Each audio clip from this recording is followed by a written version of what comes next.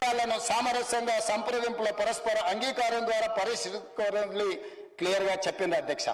తద్వారా సెక్షన్ 89లో ఏ ప్రాజెక్టులు ఎవరెవరికి ఉన్నాయో కూడా ఈరోజు వాళ్ళు స్పష్టంగా ఒక చట్టాన్ని మనకిచ్చి ఈ చట్ట పరిధిలో మీరు రాష్ట్రాలను పరిపాలించుకోండి, నీటికి అనుమతులు తీసుకోండి అని చెప్పడం జరిగింది అధ్యక్ష. ఈ చట్టం ప్రకారం తెలంగాణ రాష్ట్రం ఏర్పడిన తర్వాత ఉమ్మడి రాష్ట్రంలో మనం మాట్లాడాల్సింది ప్రాజెక్టుల వారీగా ఎన్ని కేటాయింపులు ఉన్నాయో వాటి ఆధారంగా మనం చర్చించాల్సిన అవసరం ఉండే అధ్యక్ష. కానీ చంద్రశేఖరరావు గారు ఈ విధంగా పాటించకపోను ఈరోజు తెలంగాణకి తీరని అన్యాయం చేసింది అధ్యక్ష. అధ్యక్ష, బచావత్ ట్రిబ్యునల్ తర్వాత 1997లో కర్ణాటక అభ్యంతరం పెట్టింది. నీళ్లు 3 రకాల అధ్యక్ష: నికర జలాలు, మిగులు జలాలు, వరద జలాలు. 811 టీఎంసీల నీళ్లు ఏవైతే మనకి ఇచ్చిండ్రో నికర జలాల మీద నిర్మించే ప్రాజెక్టులే కాకుండా చివరి రాష్ట్రంగా మహారాష్ట్ర వాడుకున్న తర్వాత మిగిలిన నీళ్లు కర్ణాటక వాడుకొని, కర్ణాటక తర్వాత ఉన్న ఆంధ్రప్రదేశ్ నీళ్లు వాడుకొని, ఎప్పుడైనా అధిక వర్షం అంటే మిగులు మన ప్రాజెక్టులు కేటాయింపుల కంటే మిగులు జలాలు ఉంటే అవి బంగాళాఖాతంలో కలుస్తాయి, సముద్రంలో కలుస్తాయి. కాబట్టి ఆనాడు ఉమ్మడి ఆంధ్రప్రదేశ్ ఒక ప్రతిపాదన తీసుకొచ్చింది. మేము చివరి రాష్ట్రంగా ఉన్నాం, కరువు వచ్చినప్పుడు పై రాష్ట్రాలే వచ్చిన కొన్ని నీళ్లను వాళ్ళే ఒడిసి పట్టుకుంటారు, కింది వరకు మాకు రాదు, కరువు వచ్చినప్పుడు మాకు నష్టం జరుగుతుంది. కాబట్టి నీళ్లు ఎక్కువ వచ్చినప్పుడు, మిగులు జలాలు వచ్చినప్పుడు అవి సముద్రంలోకి పోయే బదులు మేము వాడుకుంటాము, మేము ఆ ప్రాజెక్టులు కట్టుకుంటాము అని అంటే మిగులు జలాలకు కూడా ఆనాడు మనకు అనుమతి ఇచ్చింది అధ్యక్ష. దాంట్లో భాగంగానే శ్రీశైలం లెఫ్ట్ బ్యాంక్ కెనాల్లో 30 టీఎంసీలు, కల్వకుర్తి లిఫ్ట్ ఇరిగేషన్ కు 25 టీఎంసీలు, అదేవిధంగా నెట్టంపాడుకు 22 టీఎంసీలు, తెలంగాణకు సంబంధించి 77 టీఎంసీలకు మనకు అనుమతి ఇవ్వడం జరిగింది అధ్యక్ష. అదేవిధంగా ఆంధ్రప్రదేశ్ కు సంబంధించి తెలుగు గంగ ప్రాజెక్టు, హంద్రీనివా సృజల స్రవంతి, గాలేరు నగరు సృజల స్రవంతి, వెలుగొండ ప్రాజెక్టులకు వాళ్లకు కూడా 150 టీఎంసీలకు అనుమతులు ఇవ్వడం జరిగింది అధ్యక్ష.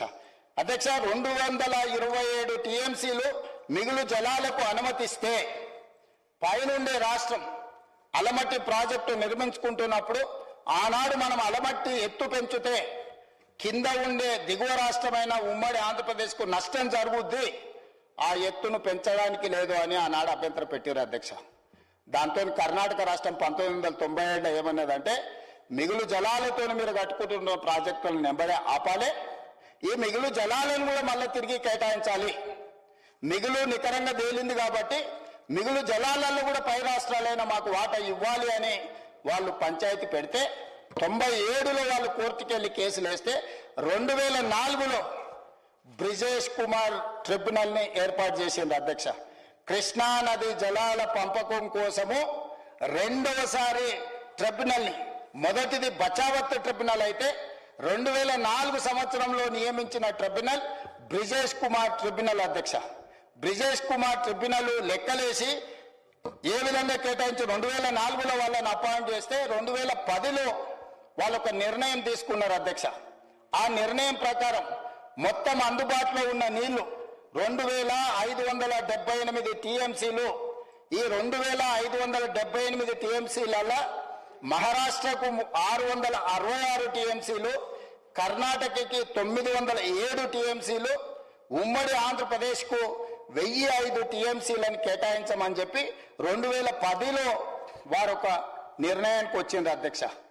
దీని మీద ఆనాడు మనకు నచ్చక పైన రాష్ట్రాలకు అత్యధికంగా కేటాయిస్తే వాళ్ళు 666, వీళ్ళు 907, దాదాపుగా 1570 టీఎంసీల నీళ్లు పై రాష్ట్రాలు ఆపుకుంటే మనకు నష్టం జరుగుద్ది అని చెప్పి దీని మీద సుప్రీంకోర్టుకి వెళ్తే సుప్రీంకోర్టు దీని మీద 2011లో స్టే ఇచ్చింది అధ్యక్ష. దాని తర్వాత 2013లో దీన్ని నోటిఫై చేసింది అధ్యక్ష. దీని ప్రకారం ఈ ప్రకారము ఆనాడు సుప్రీంకోర్టులో బ్రిజేష్ ట్రిబ్యునల్ కు సంబంధించి వాదనలు ఉంటే 2004లో నియమించబడ్డ బ్రిజేష్ కుమార్ ట్రిబ్యునల్ ఈ రోజు 2026కు వచ్చినాం అధ్యక్ష. ఇంకా ఆ పంచాయతీ మనకు తెగలేదు అధ్యక్ష. ఆ పంచాయతీ ఇంకా కొనసాగుతుంది అదొక రావణ కాష్టంగా మారింది. నిత్యం వెలుగుతూనే ఉంది. ఉమ్మడి రాష్ట్రంగా ఉన్నప్పుడు మనందరం కలిసికట్టుగా ఈరోజు